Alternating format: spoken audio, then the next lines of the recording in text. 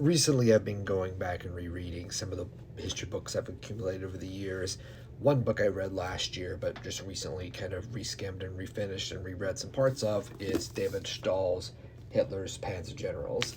Now, David Stahl is a New Zealand historian of the German Eastern Front and probably one of the best modern military historians on the Eastern Front today, writing in the English language and not in German or anything else.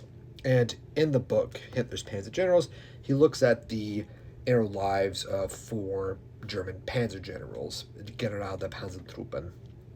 And the one I want to talk about today is Heinz Guderian, who is probably the most famous of all the German generals of the Second World War. If you don't know the Second World War at all, you've probably heard of Heinz Guderian somewhere down the line.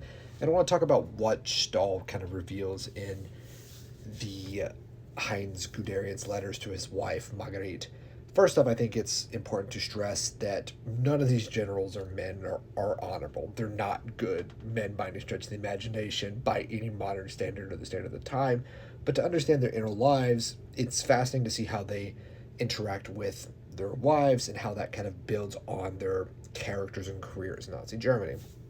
Heinz is the most interesting of the four in the sense that he has the most openly romantic and sensual relationship with his wife.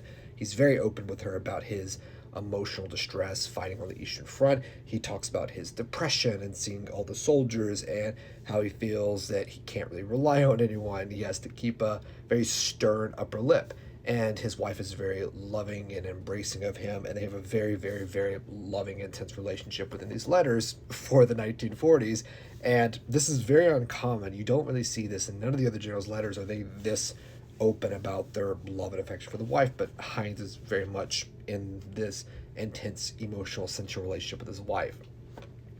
Over the course of the letters, you see him become more distressed up until the point he gets fired at the end of 1941. And this stress kind of ties into as the campaign on the East goes bad. You can read this in his writings. But also what you see on the Eastern Front is that Heinz Guderian gets rid of the letters he wrote his wife about all the war crimes they were committing too. And this is where I think that Heinz Guderian is the most fascinating and probably the most well-known. He is maybe not a diehard National Socialist, but he is a diehard anti-democratic. He is absolutely does not like Weimar Germany and welcomes its overthrow. But Heinz survives all the different periods of German political history. And the reason he does this is because he's very good at crafting an image of himself as a careerist. He is a dead-eyed careerist. And over these letters, and his wife plays a big role in helping him in his career, transitioning between these different political situations and contexts.